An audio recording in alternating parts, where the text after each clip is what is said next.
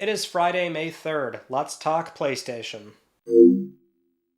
Welcome back, everyone, to another insignificant episode of LTPS. As always, let's begin with our PS Plus reminder.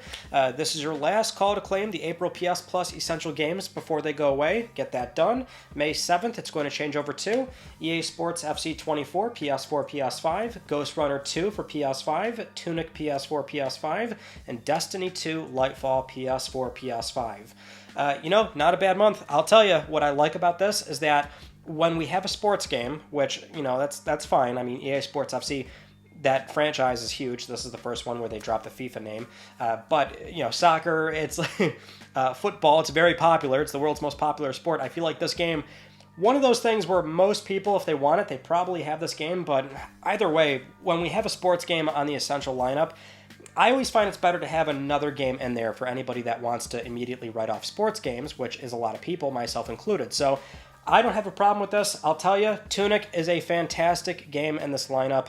So really, that's my big recommend. That's the headline title for me. So absolutely download that, try it. It's a wonderful game. And also Ghost Runner 2. That one can be very fun with how kinetic and fast and challenging it can be. So, that, and also if you're into Destiny, same thing, right? So not a bad lineup. Now, getting into our first news story, we have a resolution for the Fallout 4 PS Plus PS5 problem that was going on. So if you remember from last week, I had actually gotten this wrong where I had mentioned that if you have the game via PS Plus Collection for PS5 owners, I thought that was okay. That license was going to get you the PS5 version, but it was extra and premium subscribers that were, not able to download it, which I guess was the issue. But actually, Plus Collection owners were not able to get the PS5 version, and so by the time I got to it, the issue was already solved for extra and premium members, and that license was overriding my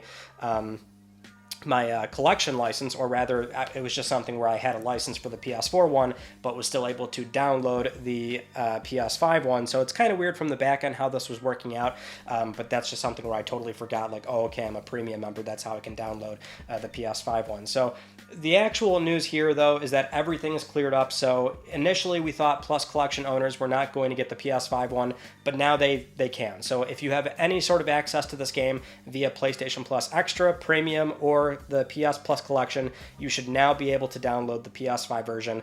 My apologies on that one, but at least it's all cleared up now. Bethesda has confirmed it's available for everyone. Now, another PS Plus news, we just found out about another game that's going to be leaving the PS Plus game catalog on May 21st, next to the 25 other games that are going to be exiting very soon. And this game is Horizon Zero Dawn Complete Edition, where it does not show up in the Last Chance to Play section, or at least the last time I checked it, but if you do visit the page manually, you can see that it will exit the catalog on May 21st. And that's a little bit alarming because this is a Sony-owned IP. Conceivably, it doesn't have to leave the service. Sony owns it, so why are they doing this? Well, the sort of immediate reaction here would be, well, we did have a rumor quite a bit ago about Guerrilla possibly doing some kind of remaster, remake, some sort of native PS5 version of that game. We still don't know exactly what this will look like, and we've not had an update on that rumor in quite a bit. But, considering when it's leaving, also we know we're probably getting some kind of PlayStation showcase or a state of play. We still don't know exactly what that's going to be. I would assume a showcase by the end of this month as well. That sort of lines up with Sony possibly confirming the existence of this game and them rearranging the back-end PlayStation Store page for this game, where I would presume they probably want to encourage premium purchases of this new version, so they would take it out of the catalog. Although, I'm not sure if that's a complete guarantee, because I don't think they did that for The Last of Us Remastered when Part 1 came out on PS5, so it really just depends. I mean, Sony does get a little bit screwy on the PS Store sometimes with just how they title certain games and the different versions with that ... menu, but they might want to, at the very minimum, take it out of the catalog. I don't know what's going on there, but it does seem like we'll probably have to wait and see what happens. I'll be interested in knowing if it's going to be more of a shadow drop kind of thing, where it's like, hey, this is what it looks like, and it's going to be available in, a week or two, or it's out right now, or is it something where they, put out a trailer and then they give it some proximity away from it no longer being on Plus by it shipping, let's say 3-6 months down the road. Not going to speculate too much, but it seems like that's maybe what's going on here. So we'll be watching this closely, and I will say, if you were able to at least claim it via the Play at Home initiative, that program Sony did during COVID, then you're probably still going to be able to play this no problem. You'll have the license via that. So I know a lot of customers were able to claim it back then, but for the most part, yeah, it seems like the game is going to be leaving in about 3 weeks. Now, something else we can also mention as more possible evidence of a state of play or showcase, or at least this might show up during the event, is Lost Soul Aside, the China Hero project that we actually just talked about not too long ago, where we had heard they're probably going to talk more about this game later this year, which based on that language, it sounded like, oh, maybe it's going to be like the back half of this year or something, but we did just see that the game got an ISBN license approval to release in China. Basically, it was rated, so that more or less indicates the game is getting close to being done, totally finished, and possibly releasing within 6 months. Maybe it'll be a little bit longer, but the license approval is pretty telling. So, it's just worth mentioning because, now we're getting a number of things that we can line up as possible candidates for showing up during some kind of press event, which is typical, right? So we're looking at possibly Horizon, the Astrobot rumor, Silent Hill 2 getting a release date, also Lost Soul Aside. So these are possible things that we could see during this showcase where, if it's going to be a showcase, it could be anywhere from 45 minutes to an hour, and that's going to be a lot of announcements. So I would love to see more of this game because it has been missing for quite a bit. So it sounds like we're going to get some news fairly soon. Moving on to our next story in semi-related news, and we'll just jump right into a rumor here, which is the possibility of Sony shipping a game in 2025 that will be day and date on PS5 and PC, and it might possibly be a single-player game, which would be new for the company. So this is from Arthur Gies, formerly of IGN. He co-founded Polygon, now writing for Wirecutter, and he had mentioned over on Twitter where he was quote tweeting Matt Piscatella's news about Helldivers 2 and its sales success on PC. And he said, and I quote here, "Bookmark this for next year when certain fans get real mad about a huge first-party release hitting day and date on PC. Staggered releases are wasting marketing money and hype build-up." So again, we already know from Sony that they intend on doing this with live service games, Helldivers 2 being the most recent, very notable example with it being so successful with also being available on PC. So this would presumably be for a single-player game coming up sometime next year. And I'm not sure if Arthur is simply speculating or he does know something, but this is something we are probably going to get to at some point. I've said a few times on a few occasions the past, I'd say 2 years, but it's a matter of Sony is probably going to get there at some point. Honestly, I would imagine they've got plenty of data now that suggests to them it's okay. As in, this is not going to cannibalize or impede on either PlayStation hardware sales or software sales.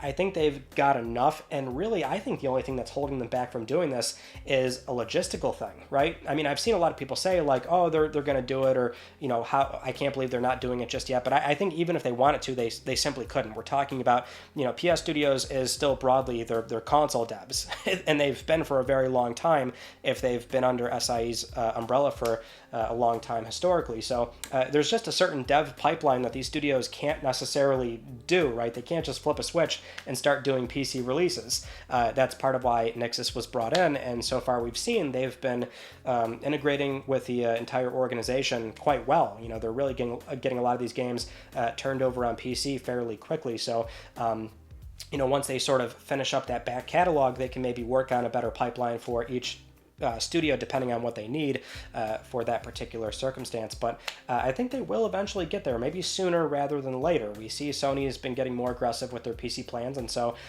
going into the showcase or state of play, whatever it is, I would be curious to find out if they will make formal announcements for a lot of these games we're expecting to see at some point, and if they will just openly say PS5, PC. Well, this would depend on if they even give them release dates, which I don't think we're going to get for some of these more unknown titles, probably more release windows, but that's still something where we'll probably see it sooner rather than later. Next up, Sony's been on an absolute tear with updating PS5 with more new features that are very incremental.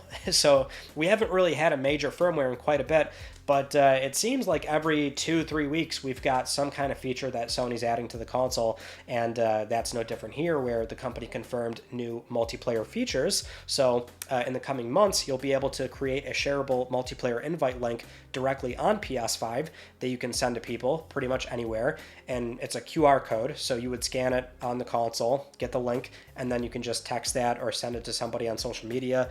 And the idea being that you can immediately join a multiplayer session and sidestep adding each other on PSN if you haven't done that already. So just one way to reduce friction. You'll also be able to generate a link from the mobile app as well, so that might be a little bit easier if you're already using your phone. But Sony does say that a small percentage of PS5 games might need a patch in order to ensure the game works correctly. As in, it sounds like this is a feature that should generally work for existing titles without developer intervention, but maybe there's some fringe cases where that's not going to work, so I guess they're just warning people right now that that might be the case. But they're also developing a widget for PS5 session invites that are shareable on Discord, and these will refresh dynamically, so anytime you look at it, it should be accurate in terms of the status and the player count.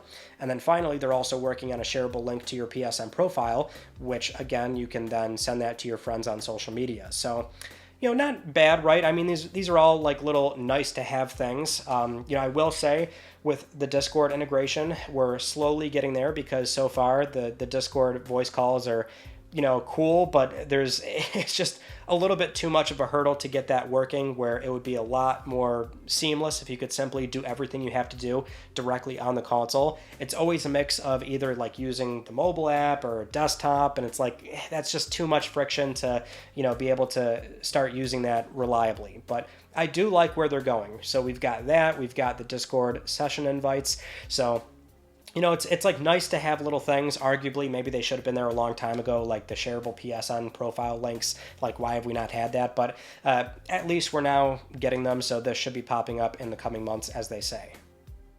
Now, another new PS5 update is currently available right now for those that are in the beta for the updated Explore tab in the US. So if you remember, we went over that, where Sony is basically redesigning the Explore tab in the US, where that page now has widgets, and it's a lot more usable because you can, look at battery indicator, friend activities, your trophies. You can also change the presets, so you can rearrange them to be more single player focused, more multiplayer focused, and that's pretty cool. But they've actually, again, server side, so this was not a firmware update, and it's only for those in the beta right now, but it is something where now they just let you rearrange those however you want, which is awesome, because the only problem with the presets is that if you don't like how it's arranged, then you're kind of stuck with it. But they've already addressed this, so you can freely move around the widgets, even turn off the ones you don't want, like say accessibility or the PS Store or whatever you want, really.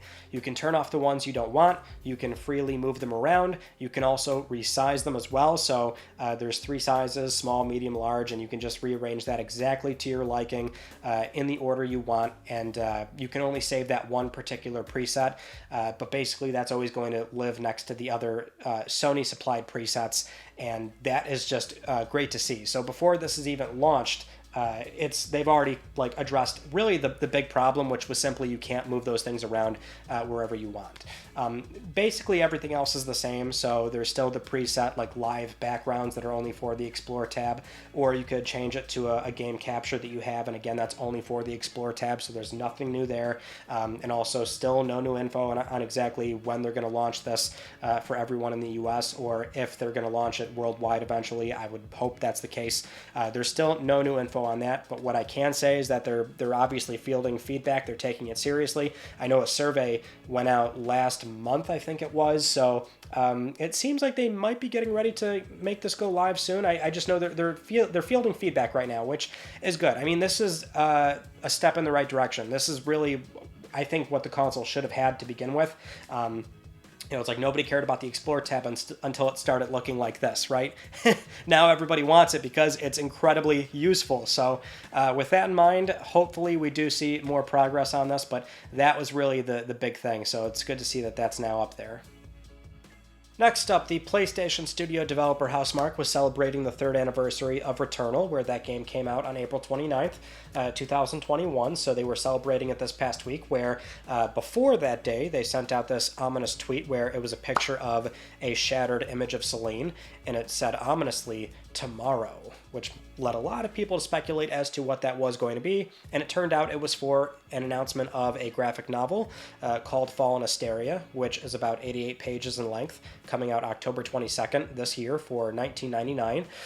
Then there's also an animated version of the first issue that they put out as well immediately, which was really cool. But there's also an art book coming out on the same day as well, so October 22nd. That's for $49.99, and that has 224 pages of concept art, commentary from the creative team, things like that. And so that's what they announced for the celebration of Returnal, which, as a Returnal enjoyer, awesome. They've got my money. That's pretty much locked in. I love that stuff, so absolutely I'll probably get the two things that they announced. But the problem here is simply the matter of them teasing this a day before, which, lit the internet up with speculation as to, oh man, what does this mean? Are they going to be announcing a new game? Is this new content for Returnal? Is it a sequel?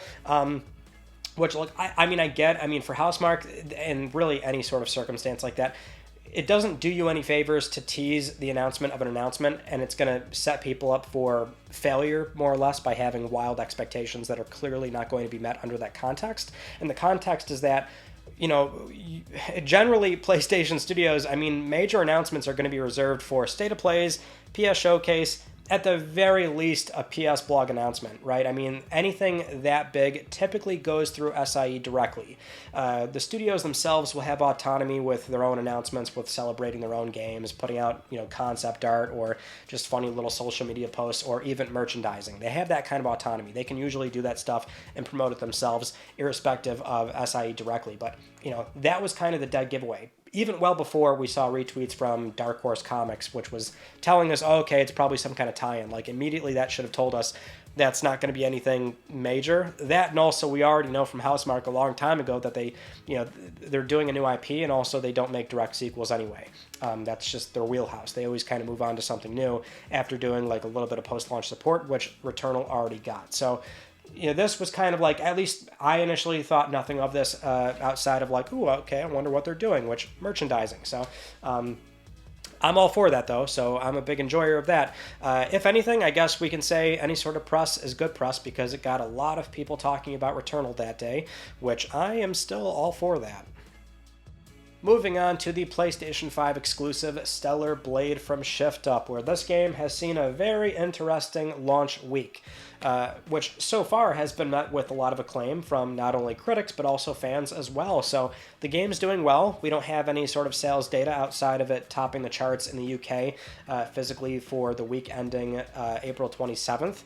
We also are seeing that the user scores for this game on Metacritic is quite high. It's like 9.3, which is like the highest rated PlayStation 5 game so far. Although I think a lot of that is simply people jumping at this game and kind of voting well for it in mass, which is not a problem, obviously, but that kind of goes into our next story, which we'll talk about in a second. But we can also mention that the director Kim Young-tae confirmed that there is going to be a boss rush mode coming, but the team hasn't decided on any other DLC just yet, although I would hope for a crossover with another Crab's Treasure, which we saw some of that this past week. I think I'm really down for that sort of idea.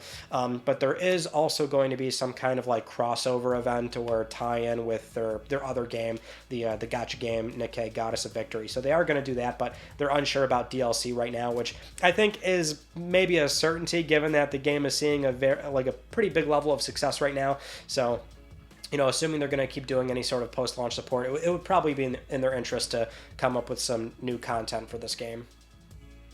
Now, the only real problem with this game is the controversy that happened this past week, where the day one patch that went out for the New Game Plus mode, it made some changes to two of the outfits in the game, that being the Holiday Rabbit and the Cybernetic Bondage, where a bit of clothing material was added to cover up Eve's cleavage, and that, of course, goes into accusations of censorship. Did Sony, step in and ask for that, which the only response here we have is from during a launch event, the director was asked about that directly, and he responded by explaining that the patch is the final costumes that they did intend on releasing. But he also right then and there acknowledged that he knows people won't be convinced by that answer, so he then said that they're having an internal discussion about it, and hopefully they'll have some kind of answer soon.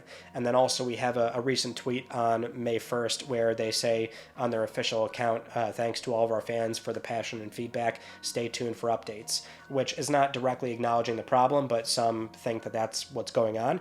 And so that's kind of where we're at. You know, this game is not shy to controversies at all. The entire way through, it's been a big talking point for many, which is primarily focused around Eve. Eve herself, you know, the way she's designed, how she's a very attractive protagonist. And in this case, you know, what's fascinating about how this played out is that certainly, I mean, I sympathize with the assertion that there is censorship going on from what we assume is primarily Sony. Sony's funding this project, right? I mean, that's a very commonplace thing with all publishers or really any sort of company that's funding a creative. It's a matter of there's going to be that feedback loop of, hey, we love this, we're totally backing you, you've got our funding, we love X, but can you change Y, right? Like that happens all the time. It is so common across so many games and projects, and it's more a matter of, you know, how much friction is there for what the creative gets to get away with, and what does the company funding that, what, you know, do they get their way, or how lenient are they? I mean, every company is going to have a tolerance on things like violence or sex appeal and language and this, that, and the other, right? So, I mean, Sony's no different. We've seen before that they do tend to have a lower ceiling compared to other companies, but that's just kind of what happens, right? So, I mean, I'm always of the mind where, yes, I mean, I would prefer things to be as open as they can be from the creative's point of view, right? If they have a vision, even if it's maybe something I don't agree with, let them go ahead and do it. Let the marketplace do its thing. But at the same time, companies absolutely have that liberty of, if we're going to fund this project, then we have a problem with certain elements of it. So I don't know. It's one of those things where, like, I can sympathize with the whole no censorship thing, but it's also, like, in this case, kind of a strange hill to die on, right? Where Eve still is generally like a very attractive protagonist. She's got all these very promiscuous outfits, and also, I mean, if this really means something to you, play the disc unpatched.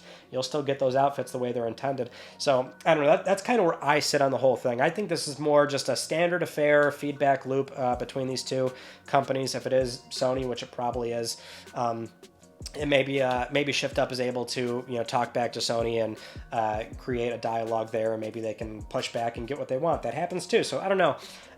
It's one of those controversies where I just feel like it's way overblown. I think a lot of people think it's overblown.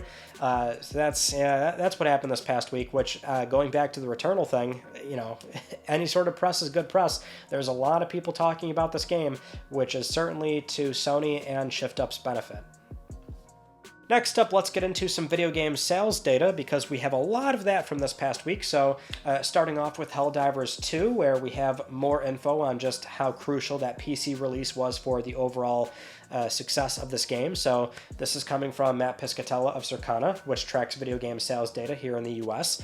And Helldivers 2 was the second best-selling game in March, ranked by dollar sales, and it's 2024's best-selling game so far, ranked by dollar sales, which is an important way to benchmark this game, because that means we know it's probably selling an insane amount of units, because this game does have an MSRP of $40. Also, we're learning that it's ranked as the seventh best-selling game at SIE lifetime in the US, again ranked by dollar sales. Number 7 across every SIE published title. Which Matt does give an interesting spin on this, which is without the PC version, it would not even rank in the top 20 for highest grossing first-party titles. Now, just to be clear, that does not mean the sales ratio is primarily PC. What we know so far is that it's very close to half, if not favoring a little bit more to PC. But more or less, he's saying that if we consider this with unit sales, let's say the game sold 10 million, you cut that in half, then 5 million, you're gonna drop down considerably into titles that are in the 3 to 5 million range being sold, right? That's kind of what he's getting at there. So being in the upper echelon of 10 million plus, it's easier to rank quite high. That's what he's getting at. But still, we can see that this game has done incredibly well, and it was very much having that PC audience as well. If anything, not having a PC audience to really spread the word of mouth maybe would have also been a detriment to the PS5 version. So it really is something where, you know, this, for what is primarily a live service game, this was the right call. Now, staying on topic here with the same US video game sales data, we can also mention Final Fantasy VII Rebirth, where we now have a better picture of how well the game may or may not be doing based on how you perceive this info. But FF7 Rebirth is the 4th best-selling game in the US so far this year, even though it dropped to the 7th place in March for the sales ranking. Benchmarking it to other Final Fantasy games for lifetime dollar sales, Matt does say that it ranks number 14 across the franchise, with some examples being Final Fantasy 15 at number 1, then FF7 Remake, and then Final Fantasy 7 Original. Which, bear in mind, that's lifetime dollar sales. Those 3 games at number 1 basically saw their entire lifetime sales on the market, right? So Rebirth being a brand new release, it's surely not going to stay at number 14, even though that sounds quite low. And again, we've gotten some indicators that the game is not doing as well as Square would hope. And that's probably, you know, where I kind of sit on this whole thing, right? I mean, it's funny because even though there's so much you know, discussion surrounding how well this game is or is not doing, which is primarily relating to it being a PS5 exclusive, which is partly why I think this game has so much heat on it, like we saw with 16. But it's not just this black and white thing, like it has to do incredibly well or just like a complete failure. Like it's clearly somewhere in the middle where it's doing reasonably well. I mean, we can see any game that moves a few million units and is ranking in the top 10. I mean, that's always good, but you gotta assume Square probably is not thrilled with how the game is doing, probably from their internal metrics. Maybe it is underperforming, which we can also mention. There was a meeting held back in late March that we're only hearing about now, but Square has finished a portfolio review of ongoing projects, and they're revising their lineup. They're expecting a $141 million loss due to what they call content abandonment losses, aka they're canceling games. That's what that means. So I don't know why they phrased it like that, but good old Square, that's what they're doing. So they do say they want to rely less on outsourcing and also evaluate games at an earlier stage before progressing. So they're trying to figure out the best path here in what is a very uncertain environment right now, because this is not a problem unique to Square. We've got layoffs across the board, all these companies in different sectors looking to try and stay lean and have good cash flow and still operational. I mean, we have something like Take-Two closing down Private Division and 2 studios that are like award-winning. Like it's just, it doesn't matter what kind of circumstance it is. Like everybody is just really trimming fat and trying to be as lean as possible, which trimming fat, I use that loosely. We're talking about people's livelihoods here, even when they, are successful. So it's an ugly consequence, but at least with Square, you got to assume that means they're going to try and cut out new IP bets like Forspoken, Babylon's Fall, Foam Stars, maybe focus less on smaller games like Theater Rhythm or Harvestia, Diofield Chronicles. You got to assume that's maybe what they're thinking about right now as they close a bunch of those projects that we don't know what they did cancel, but close those out and think carefully about what they're going to be funding next. But with a headlining title like Rebirth, they're probably just going to figure out what's the best path on promoting that game and then the subsequent sequel. Now, maybe this is the most notable thing out of the entire report, but it's a matter of video game hardware spending in the US, where it actually fell 32% year over year for consoles across all 3. So Xbox Series, PS5, and Switch, they all saw a minimum 30% decline year over year. And for the first quarter of the year overall, it's down 24% compared to 2023. So all 3 are looking at some pretty steep declines. In the case of Switch, one could argue, okay, that certainly makes sense, but between PS5 and Xbox Series, where they're still fairly new consoles during their peak years, that being last year and this year, that's a pretty steep drop. So what's going on there? Which, it's kind of like, again, what everybody else is dealing with, whether it's consumers, companies, in this case, more on the consumer side, but it's simply people being more mindful of where they spend their money, because it's just a very tough economic environment where things are incredibly expensive and your necessities are going to be your primary concern nowadays, right? Worrying about whatever your rent is, your utilities, groceries, and all that stuff is a lot more than it was, let's say, even just, a year or 2 years ago, right? So probably a lot of that going on, but something where I think we might see a pretty good rebound by the time we get more info about something like Grand Theft Auto 6, which is going to be a key hardware mover. And maybe by the time all the events come out for, Summer Games Fest, the Xbox Showcase, whatever Sony's doing in a few weeks, that might really sort of reignite that interest, because we also are still, coming out of that first quarter from the holidays anyway. So, not the most alarming thing, but I will say another really interesting thing that Matt did point out was the ratio split of PS5 disc to digital consoles. Around launch, we always knew it was about 80-20. Primarily, Sony sells disc consoles. But now, Matt is saying that the ratio is more of a 39% split to digital, or at least that's what it was in March, which is basically double from launch. So Sony is selling a lot more digital consoles, which... man, it's kind of nutty to think of, if only because, it's just, it's such a bad deal for the consumer, especially now with the new machine where it's $450, right? So you're only saving $50 measly dollars when your lifetime spend is going to be so much more on that console, because you can't enjoy retail discs that have sales everywhere, right? I mean, you're beholden to the PlayStation Store at that point. So that was actually pretty surprising to me. I did not think the ratio was getting that high. So, Sony's also getting there too. I still think we're going to go another cycle on Sony with discs, but that's definitely happening.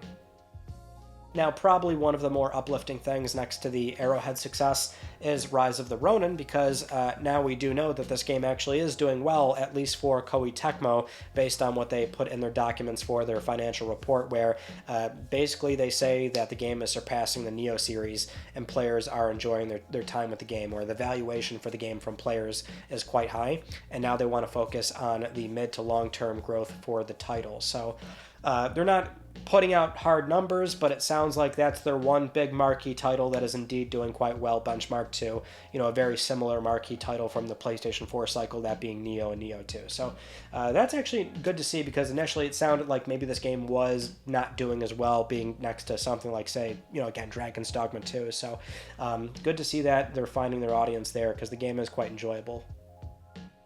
Moving on to our next news story. This one is absolutely insane because it's something that was recently discovered from the Insomniac breach. So, because again, it's like 1.7 terabytes of data. People are still finding new things. So I guess this popped up recently, but it's a matter of really fascinating corporate data, and that's sales data for not just, a few things.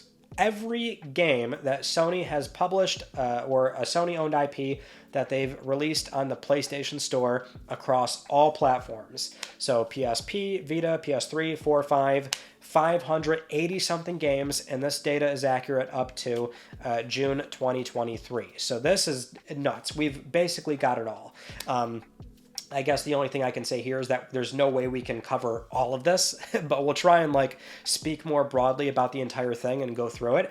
And we should also mention that it's being resorted by revenue to get a more accurate picture of just how well these games did. Unit sales are fine, but if you want a better idea of exactly how well these games did, it's always how much money they made. So it's ranked by revenue, and also remember, it's only sales from the PS Store. Many of these games have discs, and the context is always going to be what kind of platform it was. But anyway, jumping into it, the top 30 or so games, those are dominated by a lot of the more recent PS4 and PS5 staples.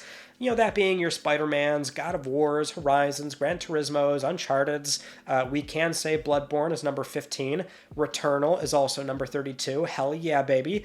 A lot of the MLBs also placed close together as well.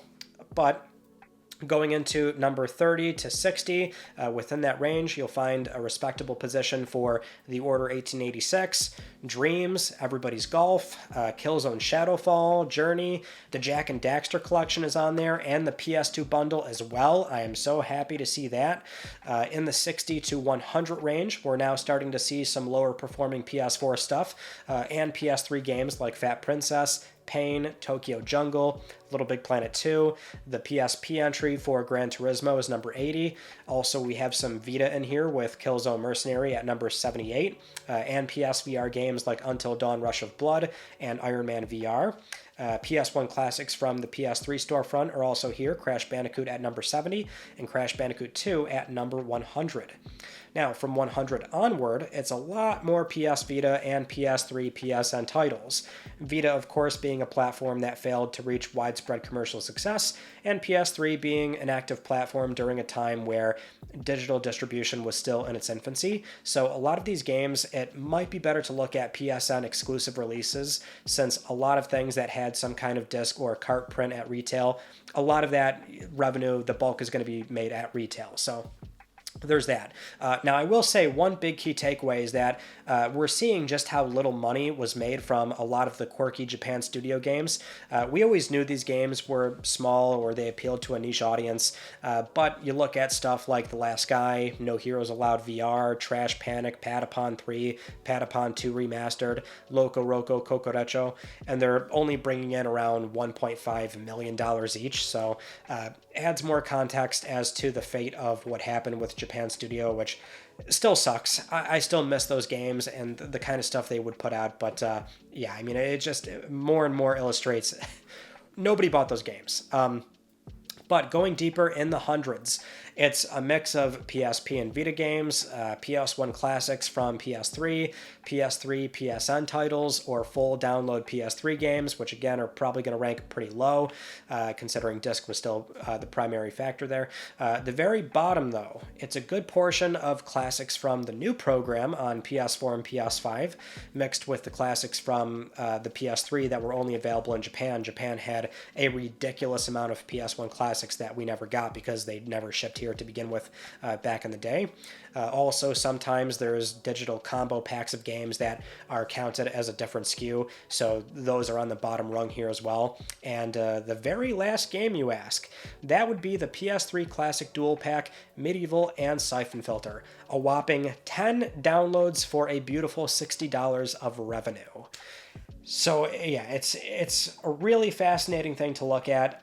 If you really sort of like dive into the numbers and the games, I mean, there's certain things where it's like, oh, that's higher than I thought, or this is lower than I thought. I think a lot of it is kind of what I was expecting. But again, there's definitely some surprises on there. What was so fascinating to me is simply seeing it play out, right? The illustrative way of like, you know, again, PSP, Vita, PS3, these are all platforms that at the time they were either not successful, had a problem selling software, or PS3, just digital infancy. And then you get into the PS4 and PS5 stuff, and then it's cool to see some of the PS3 stuff that was still able to rank that high because it was just that sought after and critically acclaimed. And so it's just, there's so much more that can be said about this list. But yeah, that's the kind of stuff that we were never going to see that kind of info. So it was at least fascinating to sift through.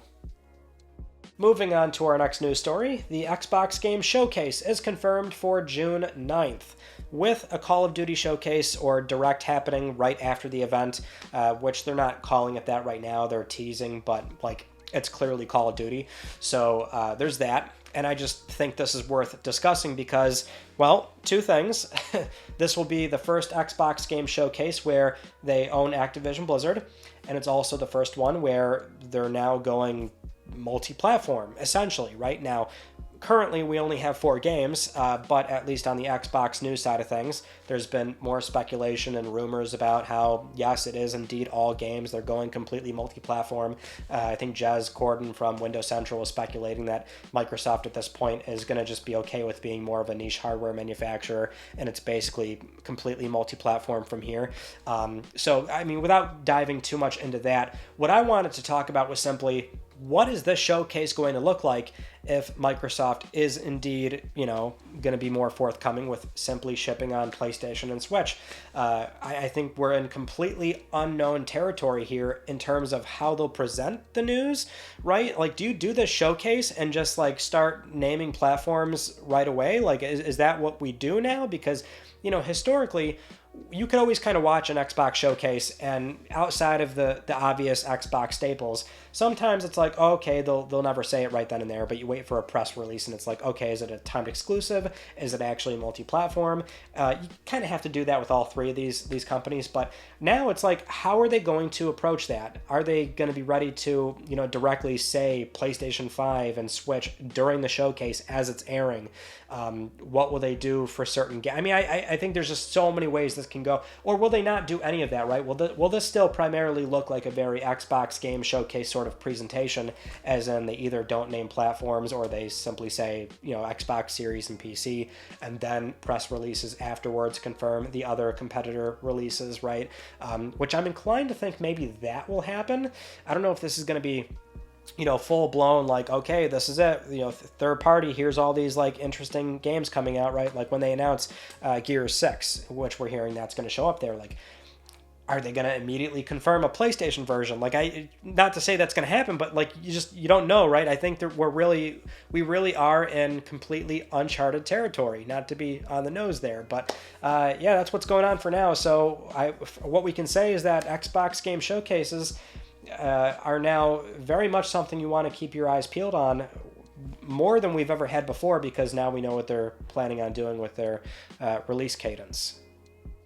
Now, moving on to our next story, we can also give an update on the possible acquisition of Paramount from Sony and Apollo Global, where the Wall Street Journal is reporting that Sony has now made a formal bid. Like, it's official. Like, the bid is out there. It's $26 billion.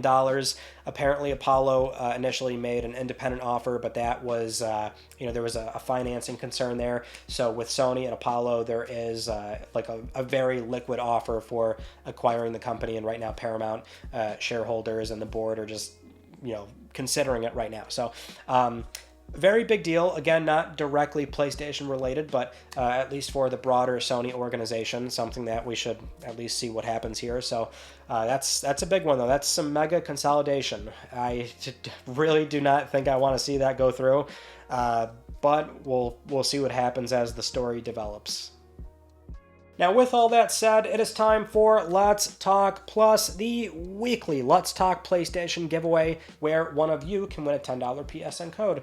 I would like to congratulate this viewer right here. I'll be contacting you very soon via email or X, and if you would like to win a $10 PSN code, it's so simple. We do this every single week on Let's Talk PlayStation. Follow the link down below, enter the Gleam giveaway, and supporting this channel, a number of ways can gain you an entry, and I'll announce the winner next week because I'm trying to help pay for your games. Those are some of the news stories from this past week that I wanted to talk about with you all, and our Tuesday video was PS3 Online in 2024, who's still playing and why.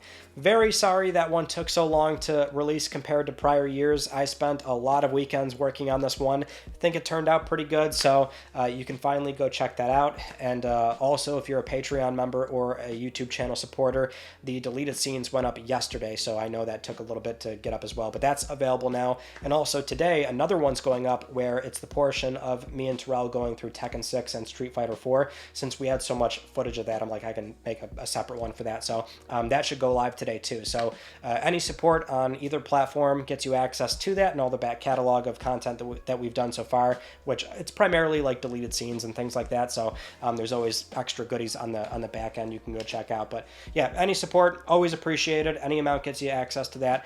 And that is pretty much it. So that concludes this week's episode of Let's Talk PlayStation. I'm Ryan Benecki. Thank you all so much for talking with me, and I will see you all next Friday.